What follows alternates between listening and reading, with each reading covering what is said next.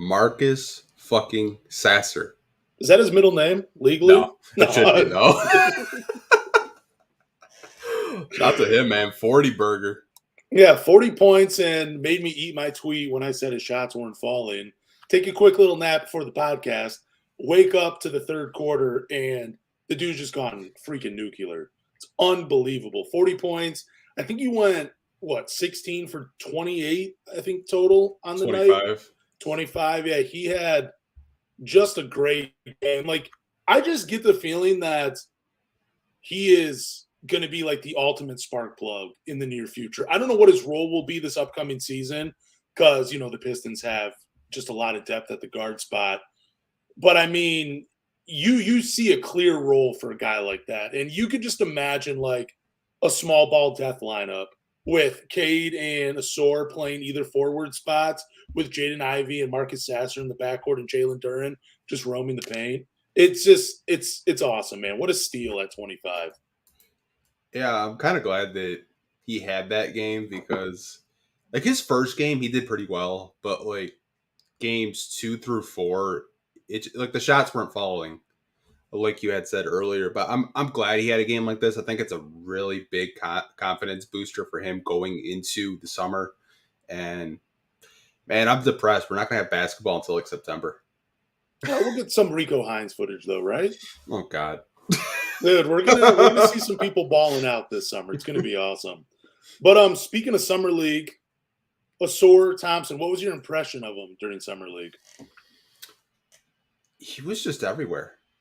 Like, when we talked about him last week, I think there was only maybe 1 or 2 Summer League games, and then he just had just a complete game or a complete Summer League, in my opinion. I thought he was just everywhere on the court. Defensively, he was active. He was a leader out there. And the amount of posters this guy had, like, it seemed like every time I looked, he had a highlight dunk. Like, he dunked over his boy, Barlow, who's on the Spurs, who, they play together in OTE. He had that really nice alley-oop that's from Sasser, which everyone this keeps talking about. Absolutely loved it. I'm really happy that he was the pick at 5. Like, I know a lot of people, they were kind of judging OTE, like, it's a high school league. Like, what are we going to expect out of a guy that plays against a bunch of 16 to 18-year-olds? Like, I think both of the Thompson twins are just going to be absolute studs in the NBA, and I'm glad that we got Ausar at 5 because I think the sky's the limit for him. You kind of see like that. I don't want to like put the comparison on him yet, but like you kind of see like the baby Kawhi comments, the Jimmy Butlers. Like, he's that kind of prototypical wing that so many NBA teams try to reach for in every draft, and if they pan out, you look like the smartest guy in the room. But here's hoping Troy found that gem that can be your small forward for the future. He just seems so perfect too. Like, we were taught as soon as we knew the Pistons were drafting 5. We had we were talking about every prospect that you could draft at 5 that seemed like the smart choice. And it always felt like Ausar Thompson, at least from me personally, it felt like I always kept putting Ausar Thompson on the back burner. And I'm so glad I was wrong because I just can't imagine any other rookie showing out in Summer League like he did for the Pistons. You just see how his game fits the current roster and how he's going to be able to grow with Cade, Ivey, Duren, Isaiah Stewart, and I'm going to throw Sasser into the mix. Like, you just see how all those guys are just going to gel, and you're really starting to see Troy Weaver's, vision come to life now with Ausar at 5. Like, it's just such a perfect – it was such a perfect pick. I mean, I don't think you could have – there's nobody else that I think you could have taken. It was just perfect. And I was overlooking it the entire time just because of OTE, but that's why I'm a podcaster, not a GM. Well, a few other reasons too. But what's kind of funny though? Like, when we were talking about the draft, like, we were so hyper focused like on Scoot, Brandon Miller, and Victor. I was listening back to some old podcasts, and I'm glad that I was kind of higher on Ausar than I was Amin, because now I sound really smart. Yeah. to kind of pat myself on the back a little bit. I was telling you, I was like, yeah, he's the better shooter of the Thompson twins. He just seems more under. I don't want to say he was more under control than Amin because we only saw one game, but like the type of game that he plays, he doesn't seem like a rookie. Like Yeah. I didn't see too many turnovers. I didn't see too many mistakes. If he did make a mistake or the shot wasn't falling, he was scrapping for a rebound. He was, trying to fight through his screen defensively, which I think he's so good at that he just doesn't feel like a rookie. And I think that's why I'm so impressed with him as a player. Yeah, his defense is the thing that impressed me the most. I mean, I get it was Summer League, but there was a stat, I forgot who threw it out there, but it was when he was defending a shooter and got the hand in the face, they were shooting like 21%. And we're talking about guys like Grady Dick, who came in he was drafted by the Raptors and he was known for shooting the ball. So holding him to 21%, but his defense all around, just his ability to fight through screens, to get a hand in the face, to rotate, to be a help side defender, to recover, every active hands too, man. It's just, again, it was Summer League, but you can see how that stuff is. I mean, some of it's going to need to be cleaned up against the NBA because guys are going to be coming off screens a little tighter. They're going to be rolling a little harder. They understand spacing in the NBA. It's going to be a little different for him, but you can see how the defense will translate to a regular season game. And I mean, if he just gives you that effort on defense every single night, totally worth the fifth pick. Like, even if he just shoots 32% or 30% for his rookie year, as long as he gives you that effort defensively, it's worth it at 5, in my opinion. Like, he is such a stud on that side. And you really can see how this dude could potentially be a multiple-time All-NBA defensive player. The tools are there for him to do it. And I'm not going to predict that he'll be there on those teams multiple times. I'm just going to say that the tools for him to do it, they are there. And, yeah, he's very impressive, man. It's crazy. What would you say to the fans that say it's just Summer League and we need to calm down because they played against a bunch of Euro League guys and G League guys? Because I've seen that, not so much because I see Marcus talking about it in the YouTube chat. I've seen those comments on Instagram too. Some people say, it's the G League. He didn't really play against, top tier NBA guys. He didn't go out there and, get a double-double against Paul George or a Kawhi Leonard. What would you say to those fans right now? No, I would say, like, it was just what I was talking about. There are, like, the tools are there. Things are going to have to be cleaned up. I mean, you can tell this dude is diligent about basketball, and he is, as much of a player as he is a watcher. Like, this dude's going to be breaking down film. He's going to learn tendencies. He's definitely going to have some rough moments during the NBA season.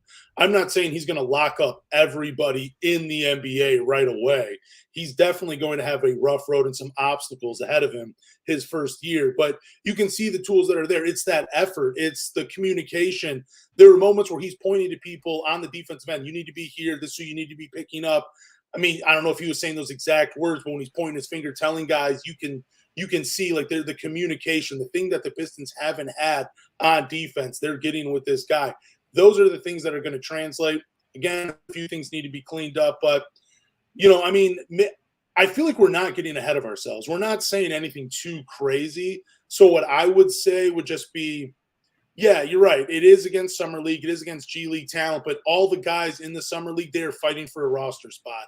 The effort, maybe the skill level isn't there as a regular NBA game, but the effort is 110% from all the guys that are playing. Nobody is taking a moment off because there are so many eyes on them and it is their livelihood. So maybe the skill isn't there, but the effort is there. And, I think it means something, and it's not offensive. It's not offensively. We're not talking Henry Ellison or Austin Day going out there and getting buckets. You know what I'm saying? Like, we're talking about a guy just showing up on the defensive end, and effort on the defensive end, that translates to the NBA. So that's why we're all a little excited about it. Yeah, like I said, I did want to address those comments because I have seen them quite a bit, even with Sasser's 40 points against the Pacers. People are like, who cares? It's the G League. Like, he's not doing that against NBA competition. And I think those comments are fair, but what I would say to, fans in the comment section, whether, watching live with us right now or any other social media platform, I think you can take positives and negatives away from these Summer League games. I think the positives for Ausar is his passing is something that's not really talked about too much among the fan base. I think his passing is special. I think he could be a guy out there that Cade and Ivy could really rely on, and vice versa. I think the negatives are the only thing with the Ausar that I do want him to clean up is the handle a little bit. I think I want the handle to get a little bit tighter, but in the shooting, and I think both of those will come around because the kid is just a relentless worker. If you guys haven't already, go over to Overtime Elite's YouTube page. There's a 20-minute workout of him just working on fundamentals with Kevin Alley, their development coach over there. And you can kind of see the type of player that he is and the type of player that he wants to be. Like, the kid wants to be great. The kid wants to win a championship. We're going to talk about that in, a couple more segments. But I think those comments are fair, but you kind of have to balance it out with the positive and the negatives. Oh, yeah, 100%. I mean, there are definitely some flaws to his game. Like you were saying, tighter handle. Decision-making seems to be pretty top-notch. The defense, there are moments there where, even though it is great so far, there are going to be lapses and there are going to be moments where he struggles defensively to contain some people. But overall, you see the speed of his game. You see how he picks apart a defense. He was making great reads on offense. And it's just he's the total package, man. He really is. Whether it's and you can tell he's just a step ahead of everybody else that's on the floor, and that athletic ability is going to translate to the NBA. But let me ask you this, man: who do you think is going to be his welcome to the NBA moment? Like the guy that just exposes him somewhere, like oh he got crossed up. Well, not just that, but I mean just someone that's. It's like, okay, this is NBA basketball. This is what they were talking about. This is why this is the best league in the world. That type of moment. Someone that's just going to give him fits and just open his eyes like, all right, even though I'm working, I got to put in more work to really compete with these guys. I have two names that just popped in my head. Kevin Durant and Luka Doncic, I think would be two guys that they're so crafty. And they're both unique in their own way, but I think those are two guys that, might cross him up, might get him for a little bit, but I think he's a pretty sound player on the defensive end. I don't really think he's going to, have a Shaq in the Fool moment. He's not going to score on the other basket. Like, I don't know if you saw that. Some Dallas Maverick guy scored on the wrong basket. I don't think he's going to do anything like that, but I think he's pretty sound defensively. I don't really think he's going to have a poster or a bad cross. I mean, everybody gets dunked on every once in a while. Shaq got dunked on by Derek Coleman. It happens. But I would say I love the name drop of Kevin Durant, Luka Doncic for sure. But DeMar DeRozan, I feel like he's going to show him what's up. Because not only is DeMar DeRozan an elite athlete that happens to be good at basketball, he's an elite athlete with like a deep bag offensively. This is a guy that's just going to show him moves after move after move and not even just blow by him. Just kind of like it's almost like when LeBron James was toying with the Toronto Raptors, just hitting turnaround, step back fadeaways. Like it's going to be that kind of thing with DeMar DeRozan. I feel that's going to be his welcome to the NBA moment for Ausar Thompson. And I think Ausar will recover and he'll be fine from it. But for some reason, DeMar DeRozan, that's the guy that's like, you reach, I teach. And he's going to be teaching them all game. That's what I feel like for DeMar DeRozan, man. But I love the name drop of Luka Doncic and Kevin Durant. And I'm really excited about those matchups as well. That is going to be a lot of fun for Pistons fans to watch, man. Like, that's going to be pretty sweet. Because you're going to see the full range and versatility of his defense between those two players. Yeah, we had some other ones in the chat that I did want to, give a shout out to. C. Gerald had two of them. Caden Practice and his brother. Okay. Those are good ones.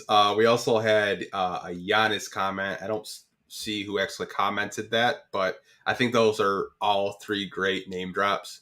Man, I'm just excited, man. Like, he's such a great player. I got two more, though, if they're healthy. Paul George and Kawhi Leonard. They're going to give him fits, too. That's going to be fun to watch as well. But I'm just excited just for the matchup for Ausar. There's a lot of great players on the perimeter that he's going to be matched up with this season. It's going to be pretty sweet. For sure. But we can move on to some news. Okay. Let's get into it. So we have Isaiah Stewart. We all know what he did, man. He signed an extension for $64 million over 4 years. I believe the fourth year is a team option, I believe, right? Or is it a player option? His $64 million? Yeah. Isn't there a team option in there? I could check on. Let me check real quick. Okay. I'm not 100% sure, but I feel like that's something that Troy Weaver just likes to do is put those team options in there. And for some reason, I can't spell today. I apologize for that. So his new contract spot. Oh, here we go. So he has a club option in 2026. Okay. So it's a base $15 million salary, and he'll be a UFA in 2028 when he's 27 years old. How do you feel about the contract before we can really get into this, before we dive in? Were you for it? Were you against it? What side were you on? I knew an extension was coming. I know we had touched on it a little bit last week. I didn't know it was going to get done this soon. But I feel like for the market, it's a fair deal. Like Naz Reid got a similar contract to Isaiah Stewart. I know there's going to be some fans in the comment section watching this live or, when this podcast is over, they're going to absolutely hate it. A guy that they just don't really value. And, I'm kind of indifferent. Like, I don't think it really hurts the Pistons long term, but I don't really think that, they had to pay that much. But maybe I'm wrong. Maybe there's some other teams that were going to go after him after he was after his rookie extension was over. Maybe they were going to pay him. Maybe that's why Troy gave him that deal. I think my only thing is if you knew you were going to pay Isaiah Stewart, like the Marvin Bagley and then the James Wiseman, like there's a lot of money tied up in the front court for me personally. I mean, you got 13 million in Wiseman, 12 million in Bagley, which I think right now that contract actually isn't as bad as, some other contracts in the NBA, but I thought it was a fair deal. Yeah, it's Marvin Bagley. He's up. His contract comes up after 24-25 will be his last year at 12.5. I really don't think that's terrible because it's only like 8% of the cap. And Isaiah Stewart's contract, I've talked about this before. I thought around 15 million was pretty fair. I think if that 3-point shot is legit, that contract, he'd probably be making closer to 20 million a year after this season, because I don't think this extension doesn't kick in until next year anyways. Like he's still on his rookie deal. Mm-hmm. So he's still getting paid a little less than what he should be.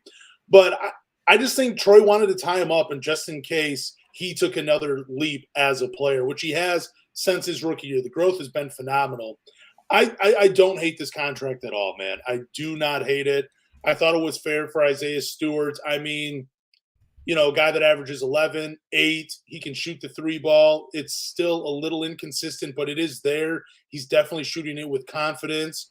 He's a versatile defender. I know that there were some people saying like he can only play defense as the 5 and he can't switch on the perimeter, but correct me if I'm wrong. Aren't there some plays out there, some highlights where he was switching out of James Harden, made him uncomfortable? Same thing with Jason Tatum. I believe those are out there.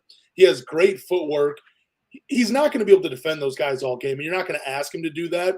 But his skill set defensively is he can switch onto those guys and make them uncomfortable. Like we've seen it. It's there. That's a part of his game. And I really don't hate the contract. And I think Keith Langlis also tweeted out that once the cap goes out, this is going to be less than 10% of the salary cap overall. So it's not as bad of a contract. I think people just see the number and we're getting stuck in the mindset of a few years ago where 16 million or 15 million, whatever it is, was a lot of money. I think it's fair for Isaiah Stewart. I think he's going to take another leap, and, we're going to look at this as a bargain in a couple of seasons. Yeah, like I kept quiet about it. Like I told you a couple of minutes ago, I'm kind of indifferent on it. Like, yeah, I don't really think it was an overpay, but I thought it was just kind of like fair. So many people are like, well, if he doesn't develop a 3-point shot, this contract sucks. Like it's gonna be one of those contracts where you just kind of scratch your head. We talked about Jim Costa last week. He was tweeting about it. I've seen some people on Pistons Twitter, overanalyze it of like, a 15 mil a year for a guy that is undersized, can't shoot, all that stuff. Yeah. I think he's developed each and every year, and he's put in the work to get better. I'm not going to sit like on Matt Hill and saying he can't shoot. He's a bad defender. He's an undersized center. I think they plan for him to be a power forward. They want him to be a power forward. And I think he can develop that 3-point shot where I think he shot 33% last year. If he can get up to 35, 36, I think most fans are maybe okay with that. I don't know. I feel like this fan base is such a tug of war with Isaiah Stewart. There are people that love him. You can't talk anything bad about him, but there's also people that think he's a bum and like, why are we giving a guy this much money? The fan base is really interesting, man. It's like they're not solely just on the Isaiah Stewart hype train. There's a lot of Pistons fans that just think he's a bad player, and I just don't see that. I think he's one of those players he's a culture setter.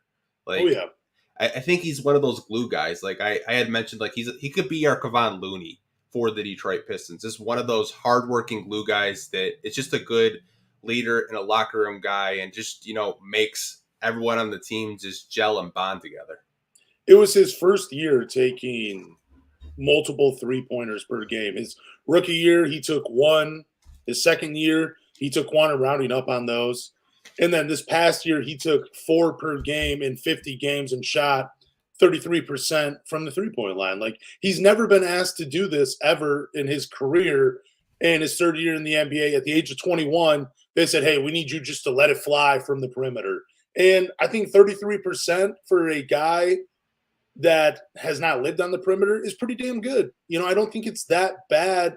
And you can see the growth that he's made from his rookie year until his third year. And it's going to continue to grow. I mean, I guess I don't know what people want from him, but do you think that's the biggest reason people are disappointed in the contract, is because the 3-point shooting isn't where we expect it to be yet?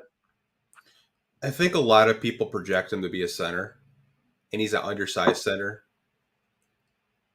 I don't really know, because I feel like each fan has their own gripe with him. I saw a comment, people mentioned the LeBron fight, which I'm like, okay, like what else? You don't like his shooting. You don't like his defense.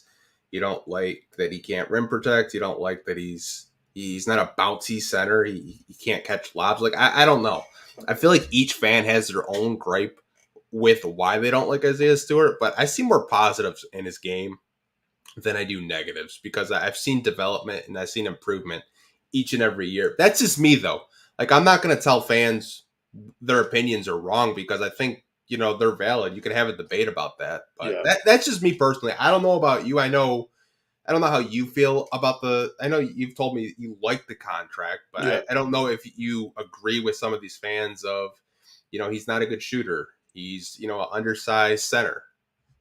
I mean, he's averaged a block per game every year. Last year he was at 0.7, but I think that's because they were asking him to do a little bit more defensively, which he's capable of doing. I've already said that. Like, this is a guy, I think it was his second year in the league I've shared this stat before, and I want to say it was within 6 feet of the basket, where opponents were shooting 10% less than their average field goal percentage when he was defending them. So even if he's not getting 2 blocks per game or rim protecting where we can see it in a stat sheet, he still makes things difficult for people that attack the rim. I mean, he has a huge wingspan. I think it's like 7'3". Like, I mean, if he may be only 6'8", but because of that reach, he's still just a hard guy to get around and a hard guy to make a shot over. And plus, as I already said, his footwork is phenomenal defensively. He can make things uncomfortable. I'm not afraid if the Pistons want to continue to switch everything, if he's out there on the floor. Like, I don't think it's a negative that he has to switch on guys. Like, he makes things uncomfortable. Will he lock them down? No, but nobody's going to lock down a James Harden or a Jason Tatum or some of these other guys that play in the perimeter. That's why they're the best scorers in the world. But if you can make things difficult for him, you're doing your job, and that's what Isaiah Stewart does. I mean, and also, and I'm not calling out every fan, I just think some fans' expectations for players are just through the roof. Like, we want everybody to be an all-star. We want everybody to be an all NBA player, an all defensive player. We want them to be MVP candidates or defensive player of the year candidates. That's not everybody's role in the NBA. I mean, Isaiah Stewart, he's a solid foundation piece. He's going to set the tone during the games, in practice. That's what he does, and there's value in that. And he's a no-nonsense player. Like, he's just because he's not, he doesn't make the flashy plays, but his game is real solid. And I don't know. I don't hate the contract. I didn't think it was that bad. Yeah, I think my issue with our contracts that we're giving out, and I don't know if everyone agrees with me on this, is the amount of money we have committed to our front court players. To me, it's just kind of concerning when you're going to have, Cade needing a rookie extension. You probably want to keep Duran long term, but he's still on a rookie deal. Like the Wiseman, Bagley, and now Stewart, like that's a lot of money to be tied up. And I know Stewart's contract doesn't go into effect until next season, but Wiseman and Bagley, I think you're paying 25 million for two players that I think are good players, but they're not all-star type level players. They're not players that are going to, drop, 50 points and just, you're like, wow, like I can't believe we have that guy in a $13 million contract. Like, I think they're good players, but I just kind of question all the money that we have tied up in the front court currently right now. I mean, Marvin Bagley's contract is up after 24. So after not this season, but the 24-25 season, it'll be $12.5 million. That's when Isaiah Stewart's contract goes into effect. But then he'll be off the books. And then James Wiseman, he'll have to sign. He'll become a restricted free agent in 24 when he's 23 years old. And who knows if he gets the qualifying offer or not. But yeah, I mean, I don't know. I'm not really worried about it. I think a lot of these contracts look bad at the beginning, but once you take into account that that the salary cap will increase, they're really not that bad. I'd rather get out in front of it right now than wait a year or two when guys' contracts are good. Where I mean, like 16 million today, I mean, would probably be like 20 million in 2 years. You know what I'm saying? Like, just based on how the salary cap just keeps increasing. Yeah, I mean, maybe it's just me. Maybe I'm just being an idiot. But I just kind of look at the contracts and the amount of money that we have, committed to our front court players. Like, I don't know. Like, I don't hate the contract for Isaiah Stewart, but I just look at what we're kind of doing, and some of it just doesn't make sense to me. That's all. Like I don't get why you have a Marvin Bagley, but then you go out and trade for a James Wiseman. Like, yeah. I don't get it. Maybe it's not like the plans aren't done yet. And maybe I need to be more patient. Maybe there's a bigger plan in the future for the Pistons and Troy Weaver, but I don't see how they connect. I just think he was trying things where he's like, look, you got two former number 2 overall picks. They're in bad situations. We're not going anywhere. Cade's hurt. We're about to sit Bojan where, Alec Burks is sitting. Hami, everybody's favorite, he's sitting. We got minutes to give around. Why don't we just see let's see if these guys are real players in the NBA, and let's see if there's anything that's there that was missed on their previous teams. I don't know, maybe that was it. Like, I don't mind him taking shots on reclamation projects. I think that part of him is going to be over with now that the actual foundation of the team is set in place. I don't think we'll be seeing that in the future from him. But let me ask you this. What do you think is more of a fair contract based on how they play right now? Marvin Bagley or Isaiah Stewart? Which one do you think has earned their money? I think Bagley's contract, he'll get you the points that you need. But we've talked about it. It's a defensive effort that you don't get from him, and we know that. That's not his specialty. He's more of just a low post threat. But it's hard to value-wise these contracts because I think Stewart brings energy, defense. He's expanded his game. It just depends when you're talking to me. My perspective may be different from yours, and it may be different from people that are watching this live. Some people probably expect Stewart, if you're making $15 million, they probably want 20 points a game out of him, and that's probably just not going to happen. Yeah, I mean that not everybody's going to be a 20-point scorer, but again, cap is going up. I mean, your high level performers like your LaMelo Balls, your Cade Cunninghams, your Tyrese Halliburtons, they're going to be making 50 something million. And then when you look at 16 million, you're like, all right, yeah, that's probably what a role player gets is around 16 million. I think when you look at it that way, you're like, oh, okay, it makes a little more sense. But we do got some more news topics that we can get to here Okay. in a second. The Charlotte Hornets would rather do a sign and trade with PJ Washington than sign into a qualifying offer. This comes from Jake Fishers, everybody's favorite reporter. And so my question to you is, should the Pistons get involved? I think if Stewart didn't get his extension, sure.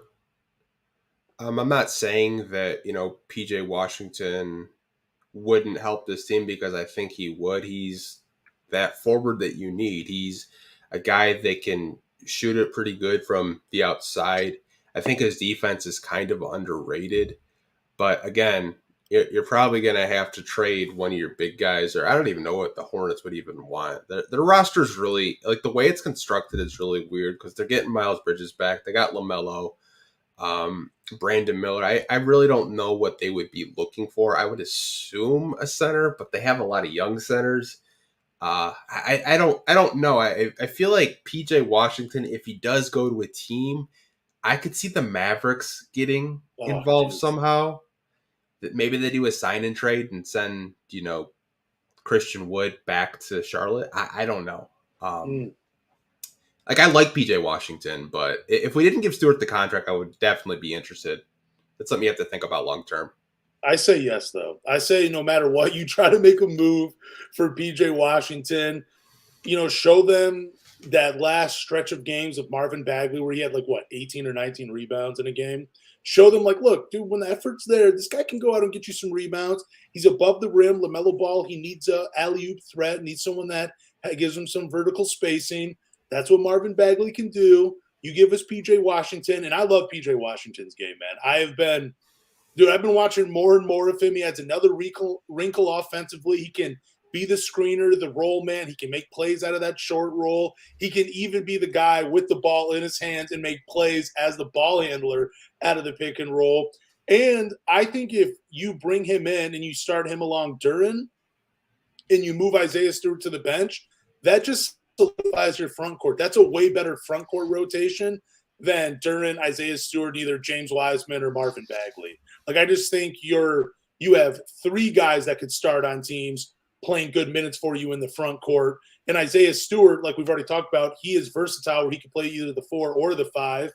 And the three-point shot is developing. The defense is there. The all-out effort is always there every single game. And, the fight in him is there. But I just think if you could add a guy like PJ Washington, you 100% do it. And then you just try to figure it out. Just try to figure out some trade that you could do to bring him in where you can clear the front court out a little bit and get rid of some of this money as well. I feel like you'd have to get rid of either a Wiseman or a Bagley just to make room, because you can't have all of those guys on the same team. It'd be like a starting 5 full of bigs. That's why you talk one of them up. You're Troy Weaver, you get on the phone, you're like, dude, I got this guy. He can play above the rim. He can rebound when he wants to. He can shoot the 3 ball a little bit. He's a lefty. I know you guys love those dudes. It's Marvin Bagley. Give me PJ Washington. You might have to throw an Isaiah Livers or a Killian or something just to make it more enticing for Charlotte to even accept the offer. I don't know if the Pistons would want to do that, because I feel like they value players like Isaiah Livers. I think they still value Killian. Even Troy had mentioned him on the broadcast today, saying that he can't wait for, Monty to work with him. So I don't know. I feel like PJ's a nice player, but I don't really think the Pistons have a whole lot to offer to where, they're comfortable with making a trade for him. I mean, if we got to, and this is coming from me, if you got to throw Isaiah Livers in there to bring in PJ Washington, but you can move on from Marvin Bagley, so be it. His contract will be up. You can sign him again. That's fine. Let him grow with another team, then bring him back. I'm okay with that. That's fine with me. Yeah, the guy can score the shit out of the basketball. That's what I like about him, but he's just not a really strong rebounder. That's probably his only knock. Yeah, but I mean, you got Duran there. He's going to eat. You got Ausar. He's going to eat. Cade, he's going to get you 6 or 7 rebounds. He'll be fine. Let's talk about this Bojan trade that just popped up again because I don't know. This was a fun topic last week. And by the way, real quick, I want to apologize for getting the contract wrong. For 2 weeks, I've been saying his contract is up after this season. It's not. He's on. It's $2 million of it's guaranteed. June 29th. That's when it becomes fully guaranteed next offseason. So my apologies. But also, what was the asking price for Bojan? Apparently, you had tweeted this out. I think last night, 2 first-round picks or something. 2 first-round picks. This is coming from Michael Scotto from Hoops Hype. So that's what the Pistons were asking for. Obviously, they didn't get it. No. But I just remember, I think there was a lot of people in the chat that were saying I was delusional for throwing the first round multiple seconds. I don't know. I thought I had read somewhere that was the asking price. I'm glad you had shared that because I was kind of right. But let's talk about this. Dallas would have received Killian Hayes and Bojan. The Pistons would have got back Tim Hardaway and JaVale McGee. Would you have liked a trade like that for the Pistons? I don't really think we have a need for JaVale McGee, but he would be a good veteran presence. Yeah. I could What about Tim Hardaway? I could try to talk my way into Tim Hardaway, but he's such a streaky shooter that I think I would rather keep Bojan because he's shown me that he can be a consistent shooter, and he's a veteran, and he's on a pretty good deal. I think if the Mavericks would have thrown in a first, I think the Pistons probably would have made this trade. Because, like, on its surface, it's not a terrible trade. But they weren't even willing to, throw in a first. I think the Pistons asked for their 2027 first-round pick in a few years. But, the Mavericks, they really don't have that many first-round draft picks. Like, their draft capital that they have, it's bare. They've invested so much into their team, and they're, like, in a win-now mode. So if they do trade for someone, they want to hold on to that first-round pick. They're not going to, try to trade for a Bojan when maybe, another star becomes available. You never know. But I thought the offer to me was a garbage offer.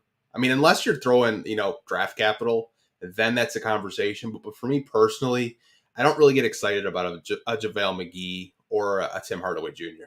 Yeah, because I don't see, like you were saying, I don't really see the need for JaVale McGee on this team.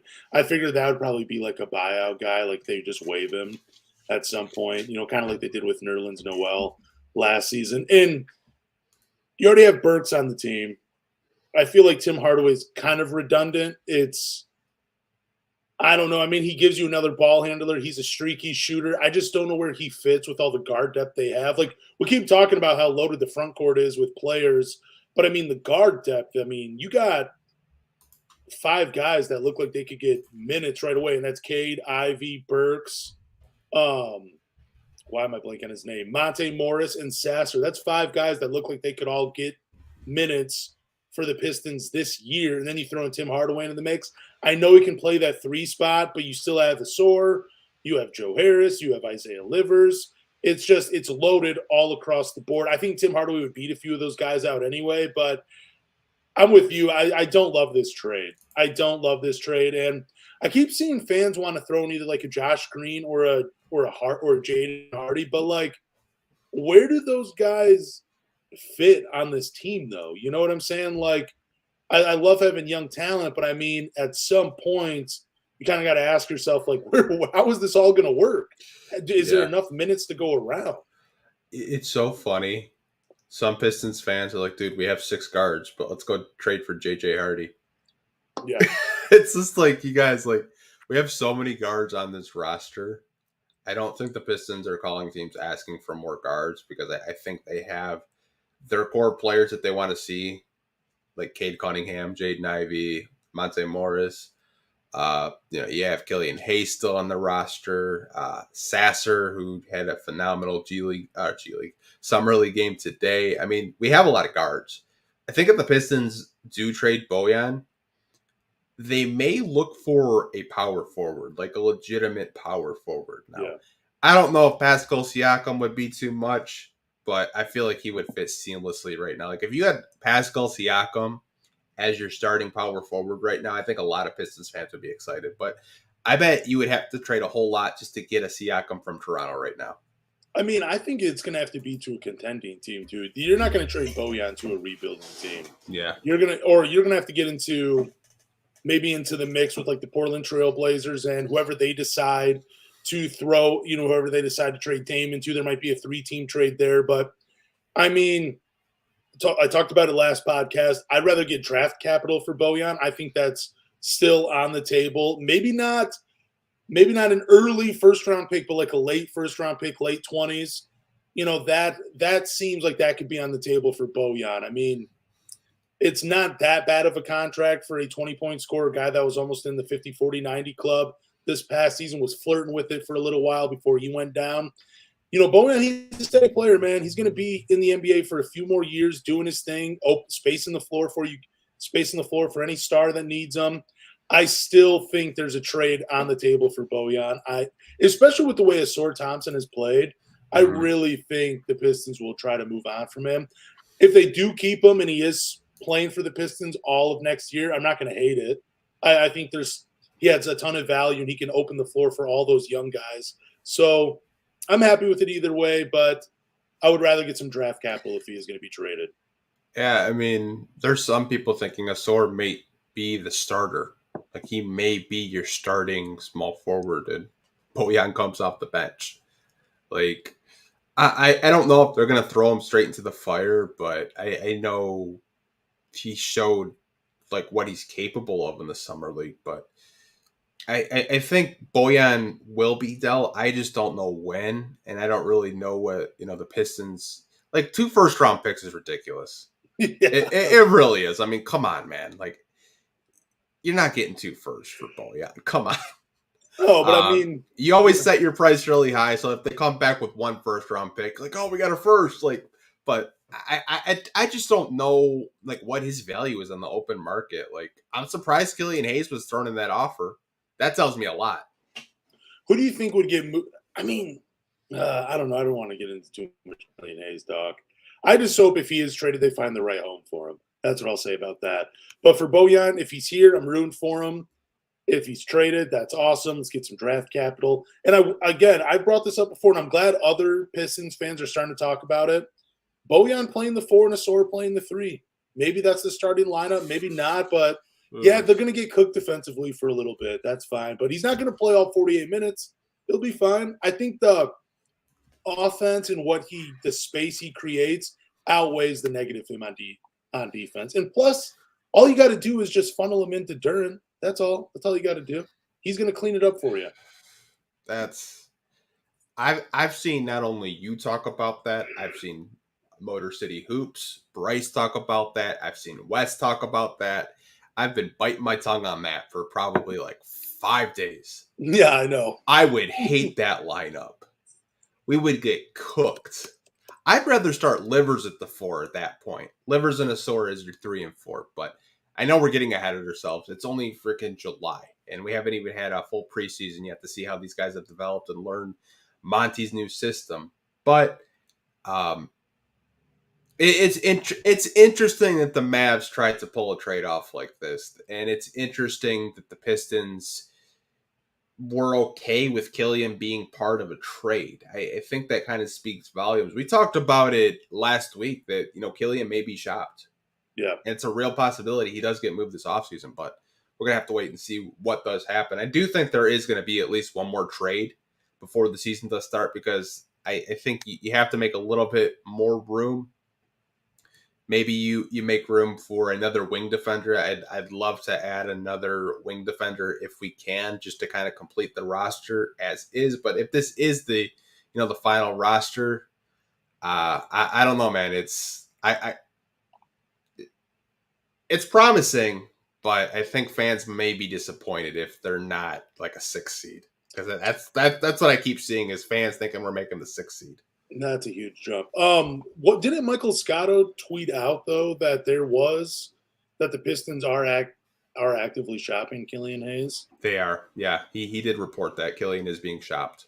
Yeah, I saw. I'm going to shout out Cameron real quick. He tagged me in a video on Twitter where it was all about Cade Cunningham though, but there were a few clips where Killian Hayes was playing off the ball and he was making some baseline cuts and Cade was finding him. And dude, it worked, man. It looked pretty good when they were playing those roles. That was pretty sweet from Killian. I think there's, like I've already talked about, I'm not going to get into it, but I'll just mention again, him playing off the ball, making cuts, and just focusing on his defense.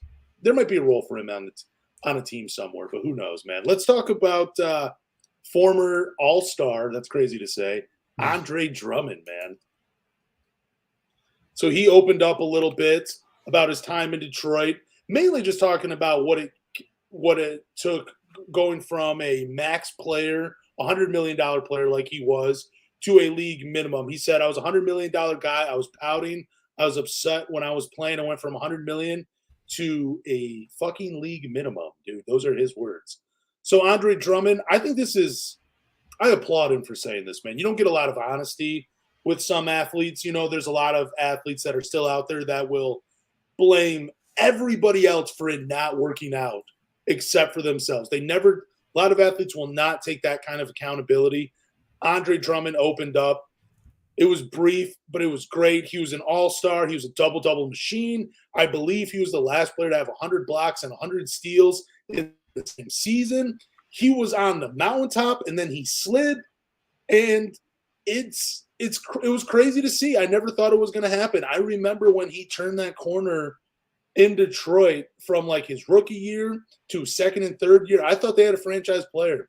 I thought this guy was going to be one of the best centers in the NBA. I think he also made All-NBA third team during his time in Detroit. But where do you think that real growth moment happened for Andre Drummond? Do you think it was in Detroit or another time in his career? I think getting traded really opened his eyes about the NBA and it's a business. And just because you're buddies with the owner doesn't mean shit. It really doesn't. We all know the stories of, Gores vetoing not one, but 3 Andre Drummond trades during his time. During Van Gundy's tenure, I should say. Gores really liked Andre Drummond a lot, but I think getting traded to Cleveland was really eye-opening, and I think him getting benched in Cleveland was really eye-opening. And then he's just been signing for league minimums everywhere he's gone. Like, he said, I was a $100 million player, and now I'm a league minimum guy. Yep. I think he finally figured it out that, like, if you're not mentally prepared every night, that 15th man on the bench can out-hustle you and take your spot. And you just because you have a big contract doesn't mean there's a two-way or a G League guy that can't get an opportunity to get your minutes. Like, we all saw DeAndre Ayton get benched by Monty Williams for, the Suns' backup center. I can't think of his name. I know he signed with Houston because he was outperforming. Yeah, he was outperforming him. He was out hustling him. I love this for Andre Drummond opening up about it because I think some players don't really look themselves in the mirror and they think they're nice when they're not. And I also kind of blame his inner circle too. Yeah, I think. Oh, go on, my bad. His inner circle, I think that they were just kind of like feeding into his ego, like thinking that he's better than he actually is. And I think that was a really big point in his career while he was here in Detroit because, yes, he was putting up numbers. Yes, he was averaging 18 and 16. But, like, I think he thought he was better than he actually was. And I think that's a big problem why he never really developed more. Like, he didn't really get serious about a three-point shot. Like, he wasn't really practicing three-pointers, during his rookie year or anything like that. He started doing it, like, casually in the summer. But, like, he didn't really take it seriously because he had that money. And I think him getting league minimums, he understands now, like, you know what? I really didn't try. Like, I got that money. I just kind of chilled. And a lot of players do that. It was too, like, there was another part of his game outside of the three-point shooting. Like, the rebounding was always there, but, like, the offensive skill, the footwork, none of that really came to fruition in Detroit. Like, his mind was other places in the offseason. Like, yeah, he did become an all-star in Detroit. It was fun to watch, but I don't know. It felt like there was so much more meat on the bones. It felt like he was given a huge contract way too early because he was a really young player. And I don't know. I feel like if he had gone to a team where there was like more veterans present than there was in Detroit, it kind of feels like sometimes young players get lost in Detroit because there's not that strong structure or that foundation in place already. But I think if Andre Drummond had gone to another team like that, that had that stuff, that had that foundation, that had that structure, I mean, who knows how his career would have turned. I think it would have been better than it did. I mean, he showed a lot of flashes. He earned his money. He was an all-star. It was fun to watch, but I don't know, man. It's crazy how quickly it can happen for athletes. And like, you're on top of the world one moment, and now you're signing league minimums. It's crazy. I still think there's a time though for Andre Drummond to get a little redemption in the NBA and become a starter again. Yeah, I mean, I'm not solely blaming him for like kind of his downfall in Detroit. I think management has a lot to do with it too. They never really gave him an elite point guard to grow with. I know we had Brandon Jennings, we had Reggie Jackson, but they never really built a team around him. Like, I think the best team he had was that 2016 roster when they won 44 games. Yeah. He if he just focused on setting screens, protecting the rim, grabbing rebounds, I think he would have been great. But, they tried to give him 20 touches like he was Dwight Howard. And you kind of have to blame Stan Van Gundy for that. Try to turning him into something he's not focusing on his strengths. I think he's a good player, but I think, the Pistons always try to get cute and try to reinvent the wheel. And that just wasn't his strength. Even in college, he was good at, catching lobs and blocking shots. And they kind of got away from that. Hell of an athlete, though, for sure. I think he was one of the fastest players on the UConn team, beating guys like Kemba Walker in sprints. Like, I mean, I was excited when he was drafted, but like I said, left a lot of meat on the bones for me, man. Well, let's talk about another Detroit Piston, a current one, Ausar Thompson. All he wants to win is championships in Detroit. I don't blame him, man. It's been a drought. It's been a long time. But, man, I love his attitude, dude. I love all the – this is what Troy Weaver was talking about with character, guys, man. It's not about the I. It's not about me. It's about the team, and that's just what I love about this kid, man. Just there's no individualism about him, man. It's not about awards. It's not about making all rookie team or any of that stuff. It's I just want to win a championship. I want to win. I want to win. I want to win. Whatever I can do to help this team win, I'm going to do it. Ausar Thompson, just incredible, man. But what are your thoughts on that, man? It's so funny because I was going back. Cade, Ivy, and Ausar have all said the same thing. They want to win a championship in Detroit.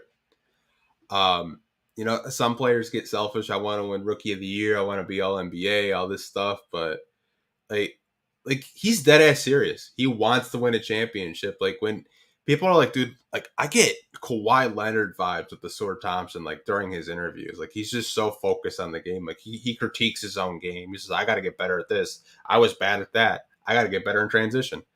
I love the fact that he wants to bring a championship to Detroit because having that mindset and having guys that are like-minded that have the same goals, eventually you'll all want to fight for each other and get better and try to, get that championship.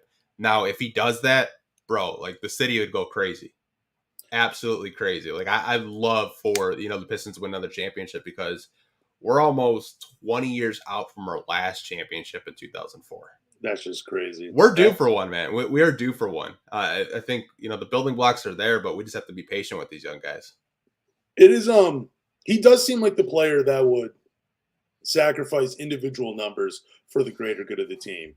Like he might only average like 11 or 12 points, per game for like 4 years in Detroit, but they're going to be a very impact. It's everything else he does. And yeah, I don't know. It is really cool that all three of them have said that too, that it's all about winning a championship, dude. High character guys, all gelling together, all coming together for the good thing. Forming like a Voltron, as some people would say, man. That's pretty sweet. He did catch the eye of one Pistons great, and that was Joe Dumars. During the broadcast, he said, boy, this kid is good. And Dumars couldn't focus on the interview. He admitted because of Ausar Thompson's effort and play style. I'm with Joe Dumars, man. There were so many moments during the Summer League where I just stopped watching the game and just was like, dude, I can't believe he did that. Like whether it was on defense or whether it was on offense, I was just in awe on so many plays from him. He is – and we're not even talking about the individual aspect. We're just talking about him playing within the game and making the right reads, finding a teammate. Like it's just – it's so cool, man. And it's cool that a former great is just impressed with this guy. And it's just so many things he does just pop off the screen for you, man. But, what are your thoughts, man? So when I was clipping highlights live and they had Dumars on for the interview, they wanted to talk about like the new flopping rules. And like Dumars could not focus. He blocked Grady Dick. And I know people are gonna fricking just go wild in the comments because I said Grady Dick. But he was playing really good defense on him, and Dumars is like, man, this kid's incredible. Man, he's nice. Wow, like that should have been a foul. Like Dumars really liked him, and I know some people may clown Joe Dumars for his tenure here in Detroit and not really being the best talent evaluator in terms of drafting. But when you have a former champion like critique your game and say that kid's nice, that kid's good, the Pistons got something special. Kind of feels like Joe DeMars probably would have passed on him too in the draft, and that is the only shot. That is the only shot I will take at Joe DeMars. But oh man, I can't go on. That's just hilarious. Freaking Joe Dumars, man. Don't make me say that. Malcolm Casalone believes Ausar Thompson will be Rookie of the Year. It's so funny that we have all the topics in order this way because we talk about Ausar just wanting to win a championship. We talk about how Joe Dumars is impressed with him. And now he has a teammate that is like, no, dude, this kid is going to win. He's going to win Rookie of the Year. I think it's great that another player will uplift a teammate. I don't know what the odds are for Rookie of the Year, but do you think Ausar actually, based on his play in Summer League, do you think he will get the catch the eye of the voters and they might actually show a little bit favor towards him his rookie year versus not showing any love towards Cade or Jaden Ivey during their rookie years? I think this year the Rookie of the Year race is going to be intense. Like 5 guys could arguably win it right now. You got Chet, you got Victor, Scoot, Brandon Miller, and then you could throw Ausar into the mix. I kind of find it funny that Malcolm is French, and he didn't say Victor Wembanyama. He said Ausar. And I know he's his teammate. He's one of the Pistons' two-way guys, but like he said it. He's like, yeah, I'll bet on it, which I think is terrible question by a reporter, by the way, but we can get into that. That's a whole different kind of conversation. Asking a player if they're going to make a bet, like he's Jamison Williams or some shit like that. But I just don't think he's going to have a shot. I think this Rookie of the Year race is like a 5-headed like race right now. I don't think he's going to get the playing time, and I don't think the Pistons are going to be in a position where they're winning. Because we all know, like we're talking about it with Cade's Rookie of the Year race, like he wasn't getting the votes because the Pistons weren't winning. It's a winning award. It's more of a team award now than just an individual award. And we've talked about that in the past, how it should just be an individual award on stats, not a team award. I just don't think the Pistons are going to win enough games for media voters to raise their eyebrows, say, "Oh, look at Ausar Thompson. The Pistons have 35 wins. Maybe we should, vote him for Rookie of the Year." Like. We'd have to win a crazy amount of games for them to even pay attention to us, and we already know that. Yeah, but do you think the Spurs are going to win a crazy amount of games with Wemby? Because it feels like it's Wemby's award to lose right now. Yeah, I mean it's bad. Like I think Wemby was a negative 200 like 2 weeks ago. Like that was a FanDuel spread. Yeah, and Ausar was like a plus 2,200. Kind of tells you like if you put a bet on Wemby, ain't winning shit, but if you put a bet on Ausar, you can cash out.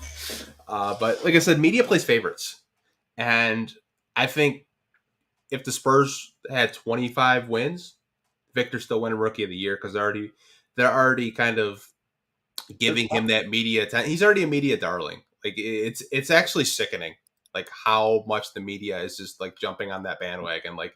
The Spurs might rename their arena after Victor. That's how bad it is. So, do rookies have to play 65 games to? Yeah. Wouldn't that be crazy if like San Antonio just sat him out and he only played? I have a feeling Victor might only play like 56 games this year. I don't know, just because of like load management, getting his body ready for an NBA season. They might pick certain games for him to play and not play based on the opponent. Maybe they don't want him getting eaten alive by another guy. I have no idea. But do you think, though, I was just thinking about this as you were talking, do you think Ausor's Summer League and all the highlights and all the talk, because he's getting talked by not just Pistons fans. It seems like everybody in the NBA world is talking about Ausar Thompson. Do you think that could ultimately hurt him in the Rookie of the Year race?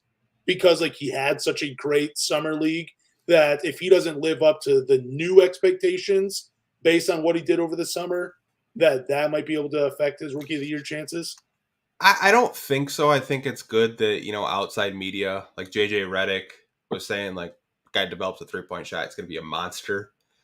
But I do think that it's a positive for the Pistons in Detroit. But I agree with a lot of people in the chat right now saying it's Victor's award to lose. And when we were playing the Spurs, they talked about Victor more than they talked about the game going on. When we were playing the Magic, they were playing a Victor Wembanyama interview. The media has already kind of chosen their favorites. They want him to win Rookie of the Year. Oh, yeah. Because it's going to make them more money. He's already a cash grab. They're looking for the next great young player after LeBron James, and they're already crowning him as the next GOAT. And I can't blame the kid. He's 7'3", he can handle the ball, he can shoot from three, he can block shots. He's fun to watch. But I just think the media is just going to be so hyper-focused on him that the other players, I just don't know if they're going to get that same kind of love. Him and Scoot are probably going to get the most love out of the media, out of anybody. I think Ausar would have to damn near average 20 points a game just to even get some kind of consideration. It sucks it's that way, but we know it's a winning award. If the Spurs have 30 wins and the Pistons have let's say 28, he's going to get it. Well, let's just say the Pistons have more wins. What if the Pistons had 34 wins and the Spurs have 27, and Ausar puts him on a poster, and they're like, "Oh wow, look at this guy." I don't know. I think the Summer League talk it could have it should. It's been positive right now, but if he just has a poor few games to start the season, people are going to be like, wow, maybe he was just a Summer League guy. Maybe he just shows up when the talent isn't that good. You could already hear the talk of that happening. I think sometimes showing out too early could cause a negative effect. I mean, I'm rooting for Ausar Thompson. I hope he wins the thing, obviously. It'd be nice to have a rookie, winning in my lifetime. That would be awesome. I'd love to see it. But, again, it does feel like it's Victor's award to lose. But yeah, like I said, the Pistons have no shot. I just Ausar Thompson has no shot. The media has already painted Victor and Scoot as, and you could even throw Chet Holmgren into the mix. I think those are the three that you're going to hear about the most. I think it's just going to be a 3-headed race for Rookie of the Year. Low-key, I think Chet's going to win it. That's just me. Man, I hope it's Keontae George. I hope he just comes out of nowhere and wins it.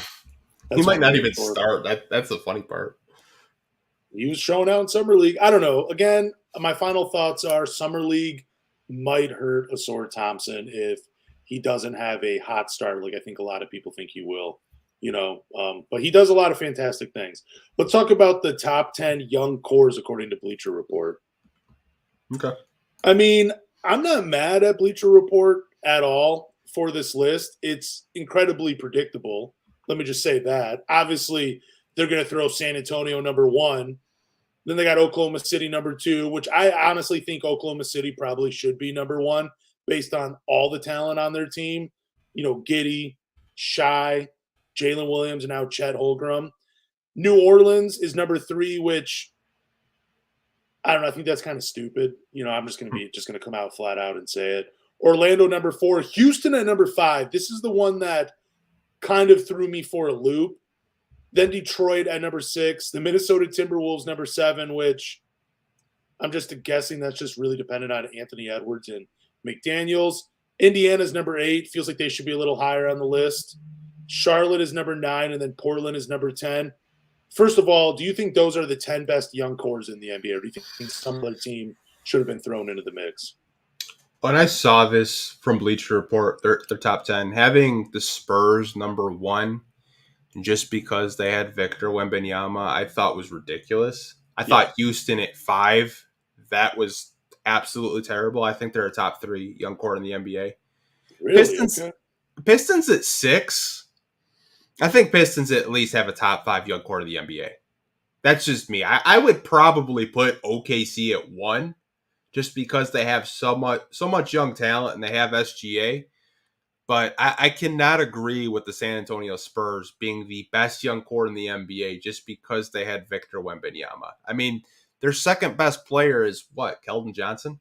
And That Devin that, that Vassell. Yeah. yeah, that automatically makes you the best young core in the NBA. Like, come on, man. Like, I don't like the Houston Rockets, but putting them at 5, I thought was just kind of a disservice to them. I mean, they have a lot of young, great players. I mean, they just drafted Amin Thompson and Cam Whitmore, and you have Sengun and Jalen Green. They're 5, really? I mean, I like Houston's young core, but also at the same time, I don't think they were. I just don't think it all. I just don't see the vision of it all coming together yet. That's my big thing. Like, I don't know.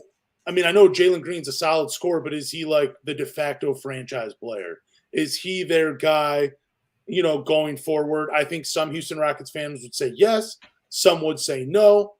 But I don't know. I don't love them. I didn't think they were. I definitely don't think they should be top 3. Oklahoma City for me should be number 1. New Orleans, if you have Charlotte at number 9, New Orleans has to be down there with them. And I think Portland has to be moved up a little bit because New Orleans is really just dependent on really Zion Williamson. I know they got Trey Murphy there as well. He's a good piece. But, I mean, if they don't have Zion Williamson healthy, you're not putting them in the top 3.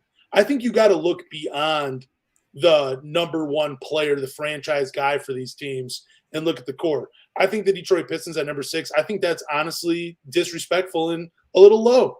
I mean, you got your franchise in Cade. You got a great second option in Jaden Ivey. You got 2 great complementary pieces that could flirt with all-star appearances in Duran and Ausar. And then, you got a lightning rod, a spark plug off the bench, and Sasser just dropped 40. On paper, it looks pretty good. It looks pretty good as a young core. It seems like, and I am biased, obviously, because I am a Pistons fan, but I already said this earlier on the podcast, you see the vision that Troy Weaver, you see his team coming together, and it looks pretty damn good compared to some of these other teams. I don't know. I think it was a predictable list, man. Yeah, I mean, like I said, they're trying to get clicks. I still think Houston, to me, I think they have – I'm probably going to get killed for this, but I think they have a better young core right now than Detroit does. I think they have more young players. That's why I would put them top 3. But like I said, the Pistons are still in my top 5. Reason why I wouldn't have them higher is because Cade didn't really play last year. If Cade played, maybe they're top 3 up there with Houston. But if you look at Houston's roster, man, they got 2 top 10 picks this year in Amin and Cam Whitmore. Like, they have nice young players. I think Sengun, he could be in the race for most improved. I think Sengun is a player that a lot of casuals are going to fall in love with. He's just got a game that I really love. Just a passing center that can just kind of do it all. But I thought this list, as it was constructed and just kind of like put out, I think 1 for the Spurs. I think that's why I'm talking about, like, when we talked about Rookie of the Year, they got the Spurs 1 already. Yeah. Like that's kind of like the media bias. Like, they're not 1. They're maybe, I would put them like top 6 if I'm being fair, or top 5. I don't know. Like, they have they have a bright future. I mean, they just traded for Cam Payne today, who, dropped 54 points in some like random league. But I mean, they're not the best core in the NBA. No, I mean, their core is Wemby, Keldon Johnson, Devin Vassell, and Trey Jones. I mean, you could probably throw in Malachi Branham. He was pretty good. Jeremy Sokin, I can't forget about him. That dude's awesome. Zach Collins, who is 25. Yeah, it's not a bad young core. It's so dependent on Wemby. There was a tweet too. I wanted to ask you this. Do you think that Detroit is the only – let me read this out loud, man, because I just thought this was kind of a crazy tweet. Does any rebuilding team's future rely on the development of one guy more than the Pistons do on Cade? Would you agree with that? I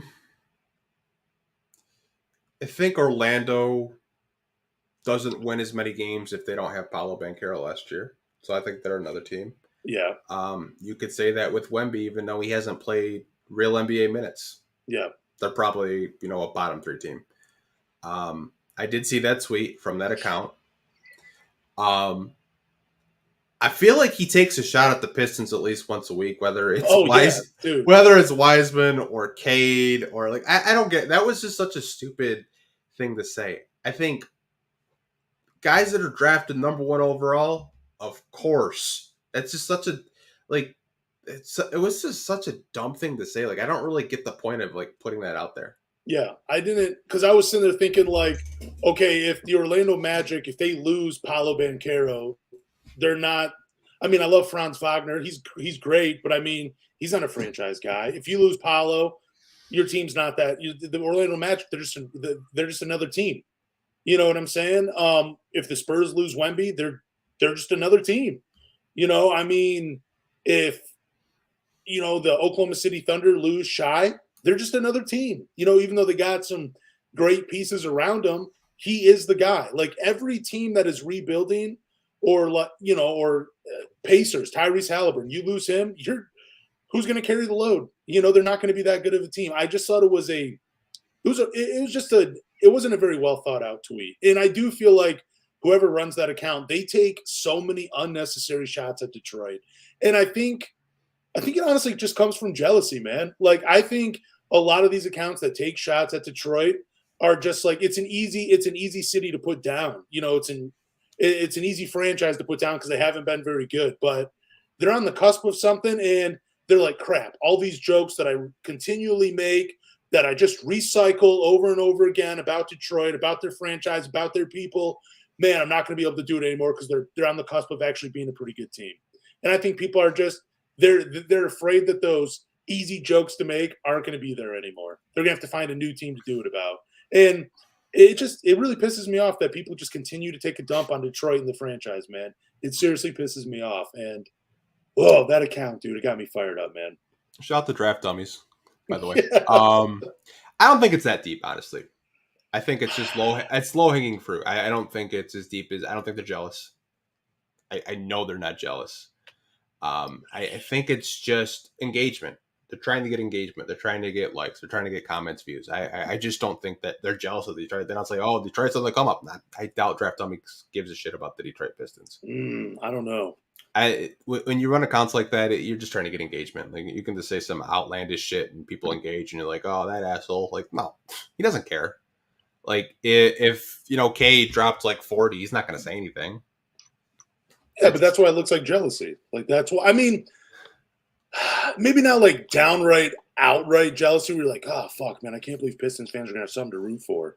But you look at all the guys that Troy Weaver has made, the moves he has made in terms of draft. You're like, damn, that looks pretty good. That's pretty awesome. He's putting together a pretty solid team. That's gonna be fun to watch in a few years. And I can't continually take a dump on him. Now I'm a little pissed off and a little upset.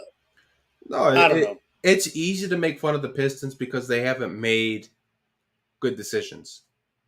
If you look at we're going to get into a topic about Troy Weaver talking about how he wants to build a championship. Yeah. And I went back from their draft, and there's a lot of guys on there that you probably don't know. Yeah, there's a lot of guys on here that you don't know. The Pistons are a very easy target because they've done it to themselves.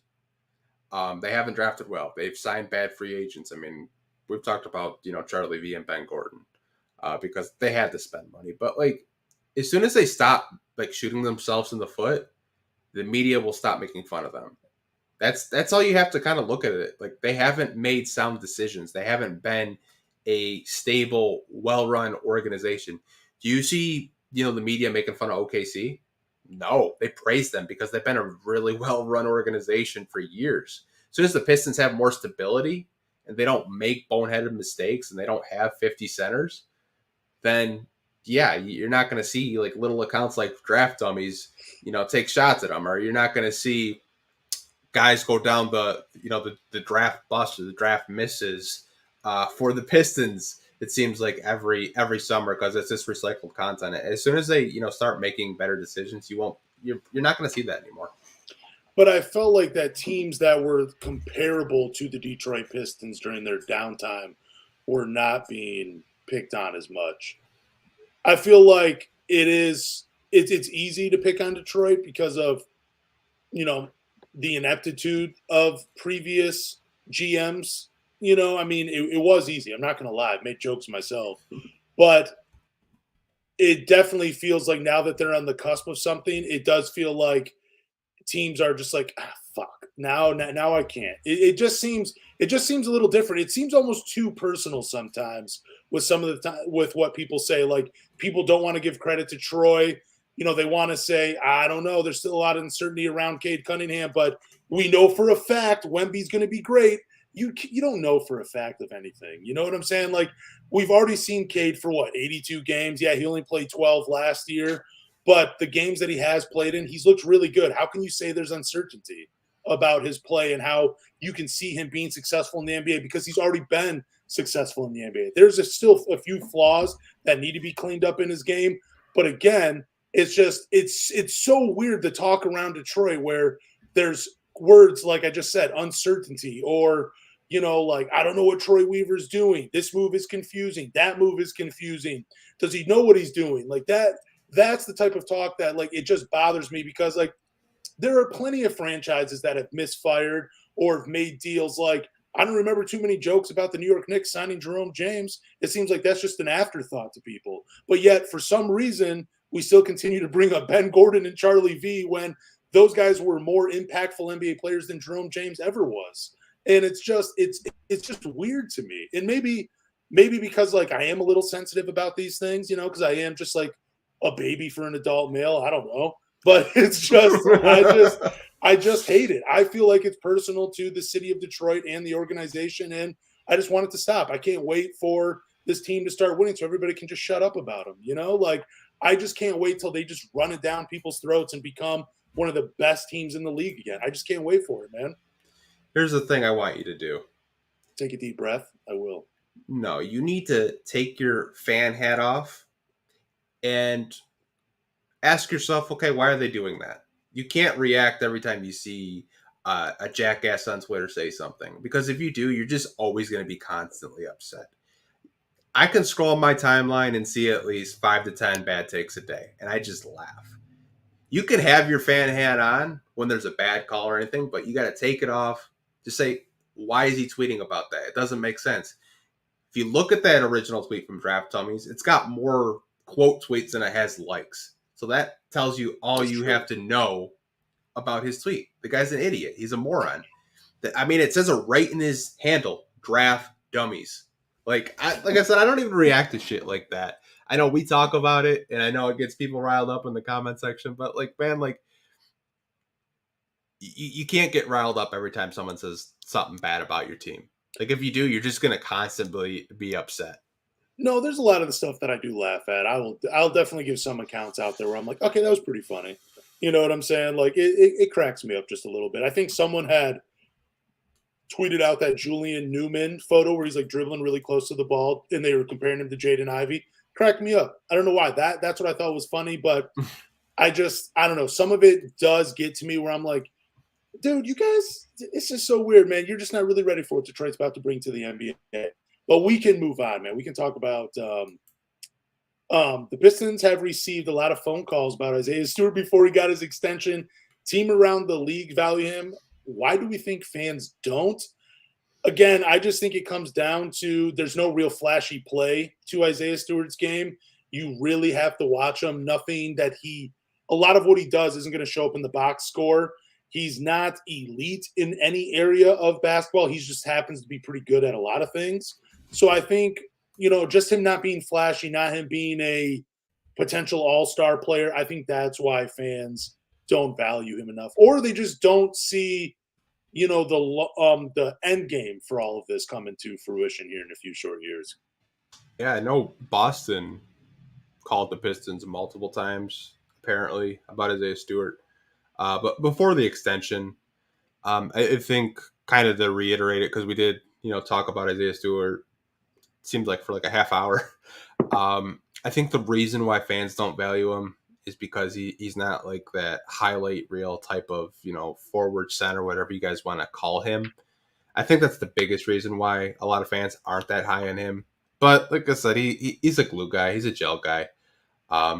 We don't have to spend another like 25 minutes on Isaiah Stewart.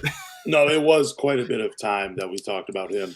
Well, let's talk about this next topic from Troy Weaver, where he said he wants to build a championship team like Pistons of old. But what similarities do you see with the current roster, if any? I know a lot of fans took with this, and they're like, well, you can't play defense like the bad boys.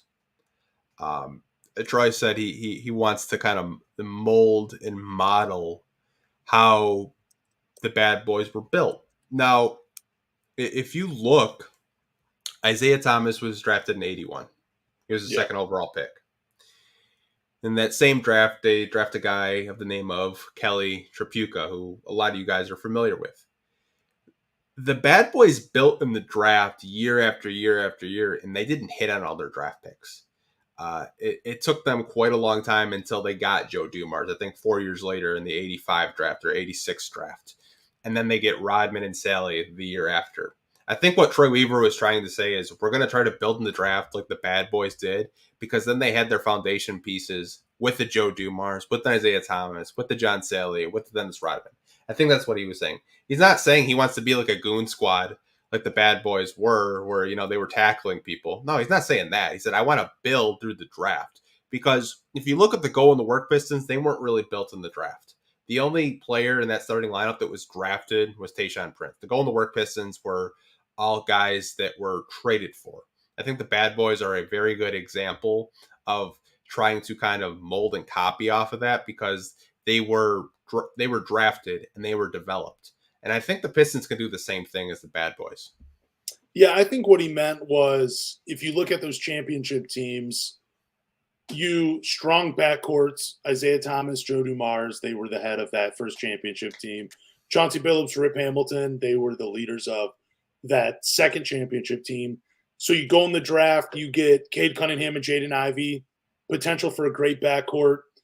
Then the second part of those two championship teams, strong front courts, starters, Bill Laimbeer, Ben Wallace. Then you had Rasheed Wallace. You had Dennis Rodman playing big minutes.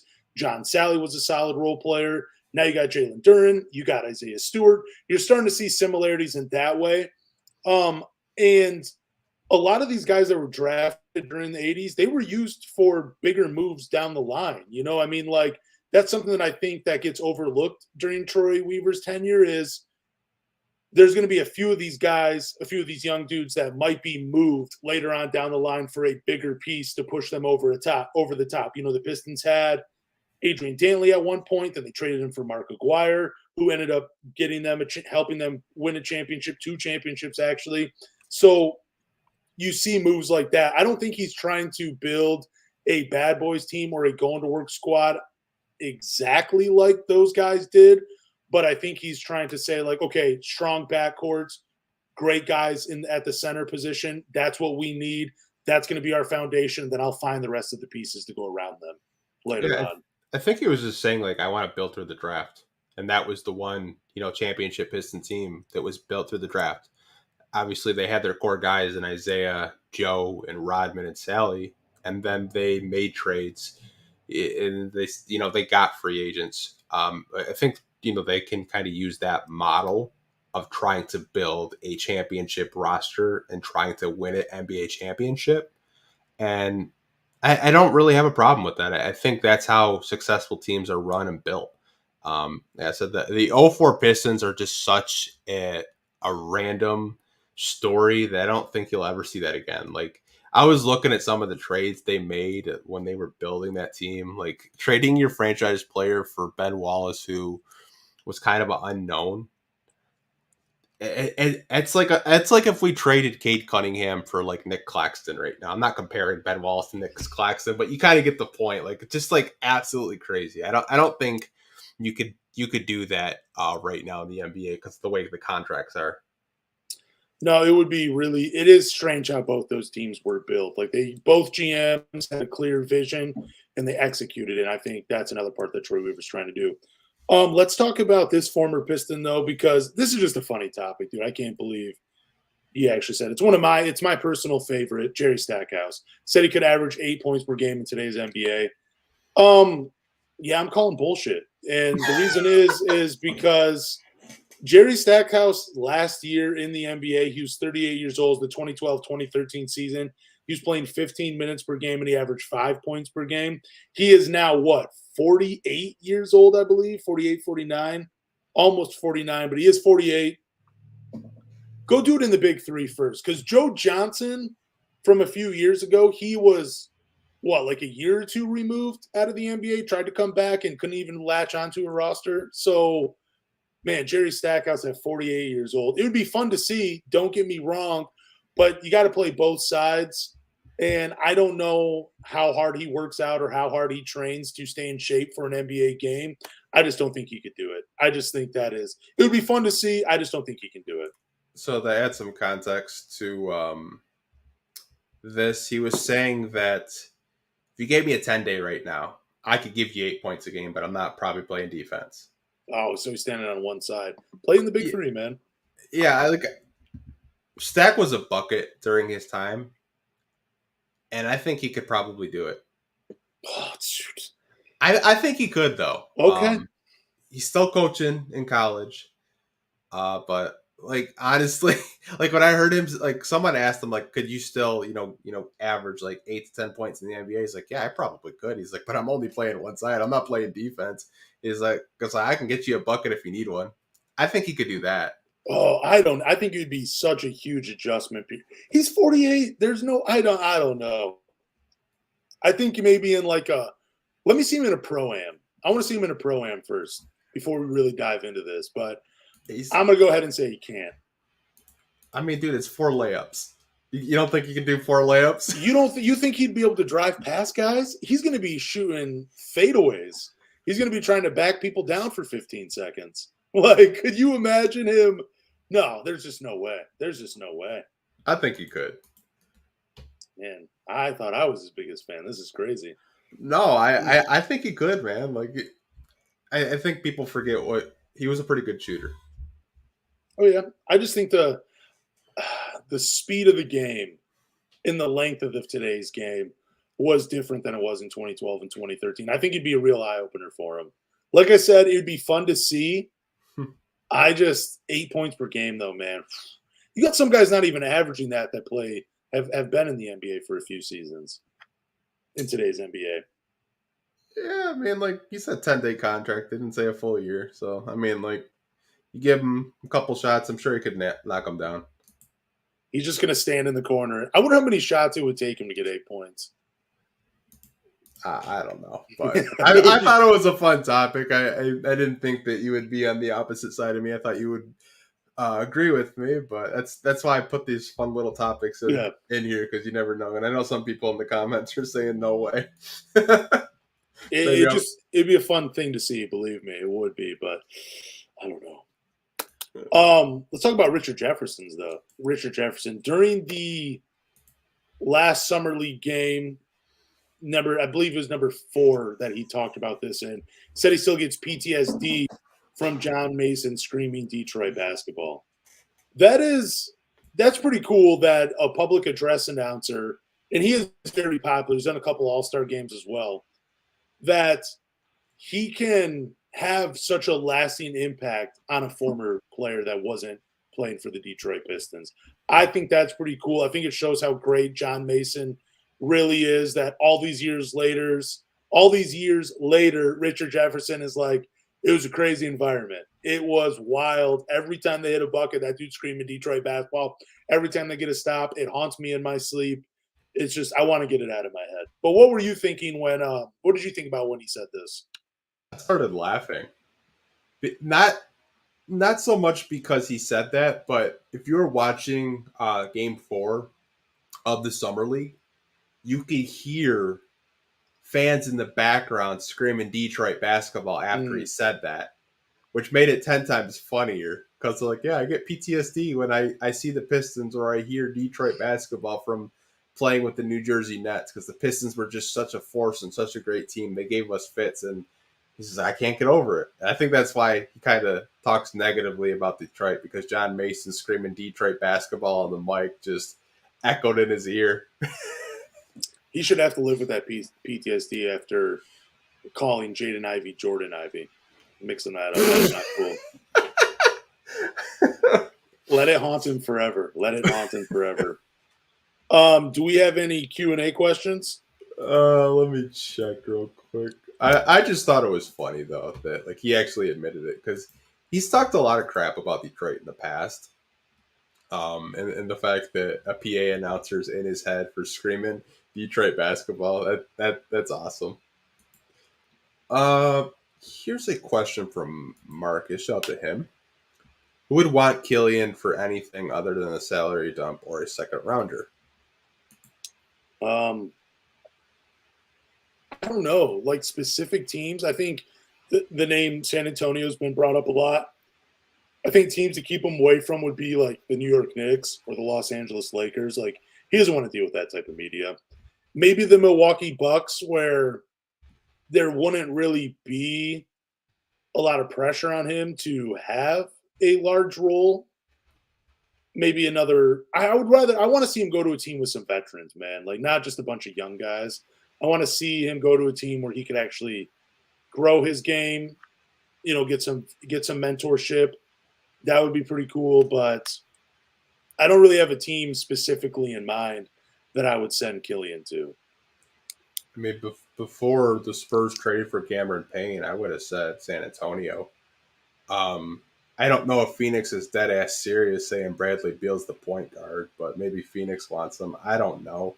They just signed Bol and got rid of Cameron Payne. It's kind of a question mark to me. Maybe he goes to Phoenix. I feel like there's, some teams, whether it's a team that's on the cusp or they need just point guard depth. I mean, Dallas was willing to trade for him. So, they probably, niche some kind of role for him. I think he could just kind of be a defensive specialist and a passer. So I don't know if a team would trade for him. As terms of like what the Pistons could get back, yeah, you're probably looking at a salary dump. Maybe you can get a second rounder. I mean, Sadiq went for 5 second rounders with Atlanta. I don't know if Killian can get you a second rounder or two right now in the open trade market, but I don't think his value is that high. Yeah, I don't think it is either. I don't know. I don't even know what you'd have to do to get rid of Killian Hayes, man. Maybe show him the game against Oklahoma City from a couple seasons ago. Was that I don't even remember when that happened. Was that last year that he went off, or was that Cade's rookie year? Against Dallas? Against Oklahoma City. I think that was last year. I know he went off against Dallas. Maybe that's why they wanted to trade for him. I don't know if you remember that game. He had like 24 points. I just remember when he went off against Oklahoma City Blue, wherever they're called in the G League. That was pretty cool. When they were playing, brought up that entire team up. That's pretty cool, Killian. It's kind of crazy, like when people show the stats and he's just at the bottom of everything.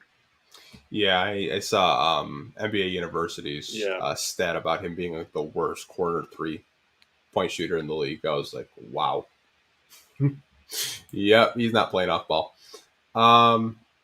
We do have some other great questions. I don't want to focus too much on Killian, so when I do, I think sometimes it gets negative and people think that I don't like him. This is from Bravo. I haven't seen him in a while. James Wiseman. Do you think the Pistons are going to offer him an extension or trade him / package him? I think Troy Weaver's so in love with this guy that it would not surprise me if they give him a little something, man. Because he still is. I wonder if Troy Weaver is still set on playing 2 bigs. Mm-hmm. And if he is, I really think it depends on James Wiseman and improvement. I really do. I think he brought him in not just as a reclamation project, but like as a guy that he really sees a future with on this team. But what do you think? I think if I were to bet on it, I think the Pistons do give him an extension. I don't think it's going to be as much as what he's making right now. I don't really know if there's a team right now that would be excited about a James Wiseman unless you do attach. Like Bravo did mention, package him with maybe another player. But I do agree with your point about, Troy does like him. I think he's only 22, 23 years old. He's still really young. I'd like to see how Monty does work with him. I don't think Wiseman is the type of player where he's like a DeAndre Ayton. He's just gonna just zone out and just shut down. I think Wiseman wants to be coached up, and I think he just wants the opportunity to play. So, to your question, Bravo, I think the Pistons do give him an extension. I just don't know what you could possibly package him with. Do you think that we will see James Wiseman and Jalen Duren share the floor this season? And though we talked about that last week, I don't. Okay. I don't. I think it's going to be Stewart at the 4 until we can find a permanent power forward on this team. Well, I'm not just saying as a starter, but do you think we'll see them, like, throughout games, them getting minutes together on the floor? Or do you think they'll always stagger with each other? Okay, I thought you meant like starting. No. I think it's a possibility. I liked what I saw in the Summer League. I thought they, built some chemistry. Not saying that they can't play together. I think it's possible. Maybe in, short-term minutes, maybe, Stewart or Bagley needs a breather. Maybe are they in foul trouble? Yeah, I could see that like really in the short term. Maybe like 5 to 10 minutes a game just to see what's there. But Bravo, thanks for the question, man. Hope you're doing well. This comes from Ryan. Shout out to Ryan. He's on every stream, man. Like every stream. Shout out to him. Question remains, where does Joe Harris fit? Him needing 20 minutes or so is going to take away from either Burks or Ausar. I kind of feel like with Joe Harris, you're probably not going to see him play every single game, but I think it will be – you might even just see him play early on in the season, depending on how they feel about Ausar, whether they want to bring him along slowly or just throw him into the fire right away. I think, you're going to have to get real creative with the guys you have on this team. I'm looking at him right now, just according to Basketball Reference. He did play – I always bring this up, man, but he did actually play a little bit of power forward last year. He played 42% of his minutes in 74 games at the 4 spot for the Brooklyn Nets. And I think, if you – let's just say they shorten up. Let's just say the big man rotation at the 5 spot is Jalen Duren, Isaiah Stewart, and then they want to – maybe James Wiseman, but they want to give minutes to Bojan and Joe Harris at the 4. You might see that. You might see that just to keep shooting on the floor at all time to create space for Ivy, Ausar, and now Cade Cunningham. You might see him play some power forward for the Pistons this year. I mean, 42% of his minutes were there last year for the Brooklyn Nets. You're probably going to see that trend continue in Detroit if he actually gets minutes for the Pistons. So, to answer your question, Ryan, where does he fit? I think you're going to see Harris in a shooting guard, small forward role. To your point, Lance, I think he can play some small ball power forward, but I think you're going to see him in that backup role, whether it's a shooting guard or small forward. Now, is he going to take minutes away from Burks or Ausar? That's a question I don't know. I think Burks and Joe Harris, they're veterans that can knock down a 3-point shot. I don't know if Joe Harris is just going to strictly take, minutes away from Ausar, because I think Monty is really going to want to see what he has defensively, playmaking wise. I think he may be a little bit ahead of Joe Harris in the pecking order just for, defense and playmaking alone. But I don't know. Joe Harris could just be a guy that you just have on, maybe as a eighth man off your bench. Like, I don't really know if he's going to be ahead of Ausar in the rotation yet, because I haven't seen a full preseason yet. And like I said, it's July 16th as we're talking about this. So just for me personally, I think I would have Ausar ahead of Harris off the bench just because I value his playmaking and his decision making. Yeah, I think he's gonna have minutes over Isaiah Livers to start the season. I think the 3-man, the guys playing the 3 are going to be a combination of Ausar, Bojan, and Joe Harris. And I think the backcourt is really just going to be Cade, Jaden Ivey, Burks, and Monte Morris. And you might see Ausar play the 2 maybe a little bit, but I think the bulk of his minutes are going to come at the forward spot. But I think, Joe Harris.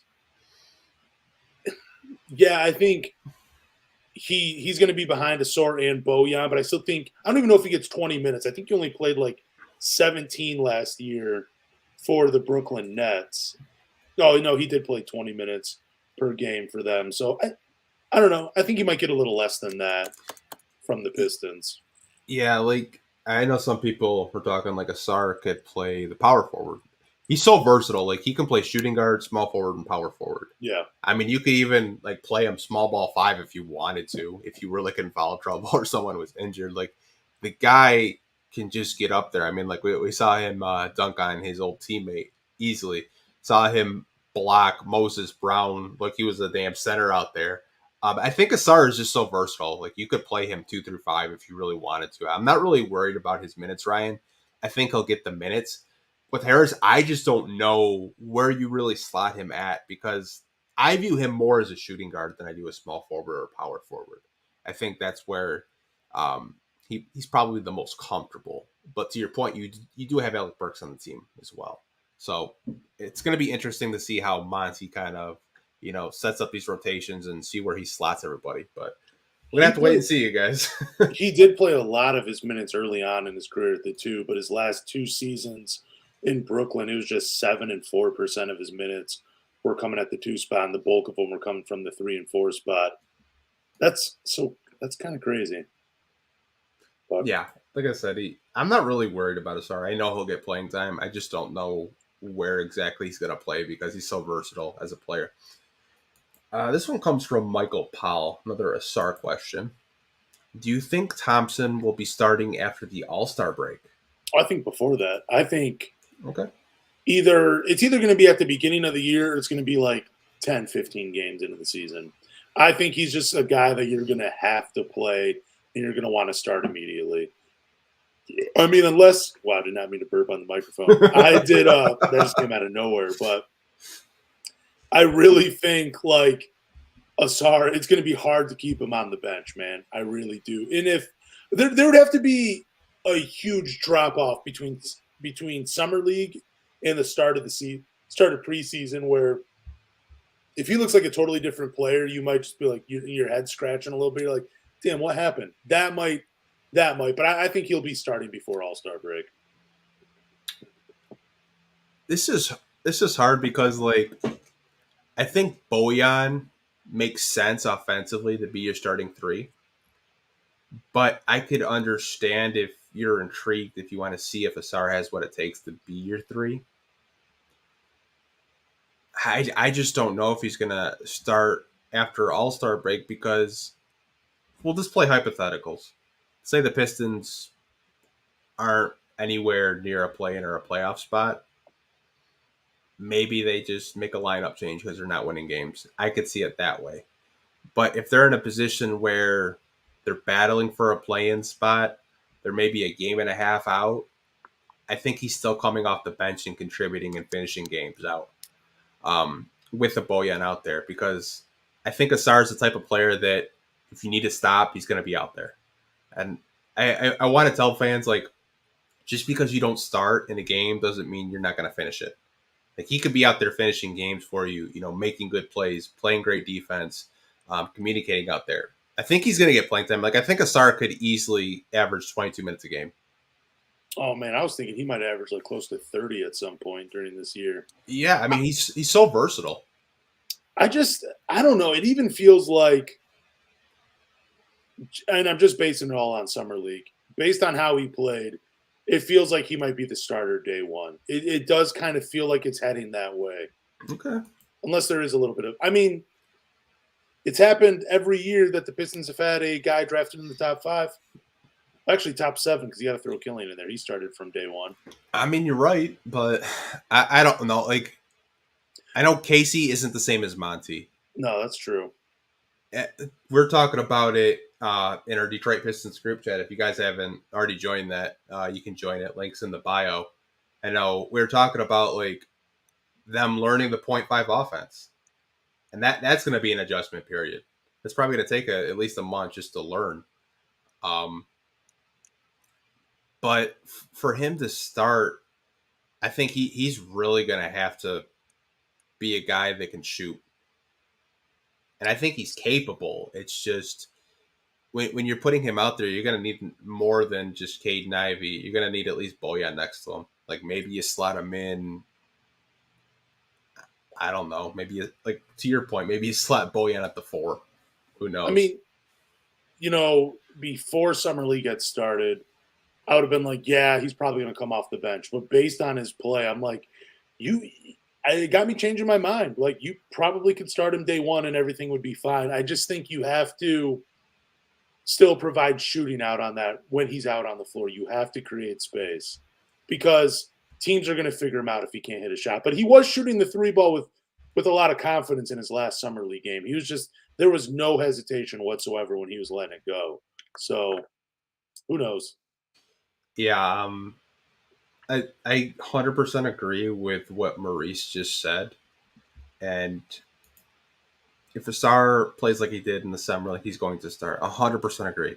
If he does, if he's active, he's making plays, he's not making mistakes, he's hitting his shots, I agree. We're just going to have to see what he looks like in a preseason. And I can't wait, even though I think our first preseason game's like in September. So, like I said, it's 2 months of just getting hyped up over Rico Hines videos, like you said earlier. This is like, man, I don't know if we're probably going to talk about it because there's going to be nothing to talk about. But some stuff will pop up. I'm sure it will. All right. This is a question from MK, and his question is: over under on Duran minutes per game. I need at least 28. I would say, man, he feels like he could play like 34 minutes per game. I would say over on 28. The only thing that might play a factor in is if he tries to block everything. That might be the biggest factor going into it. Because he played 25 minutes a night his rookie year. He's definitely getting more than 25.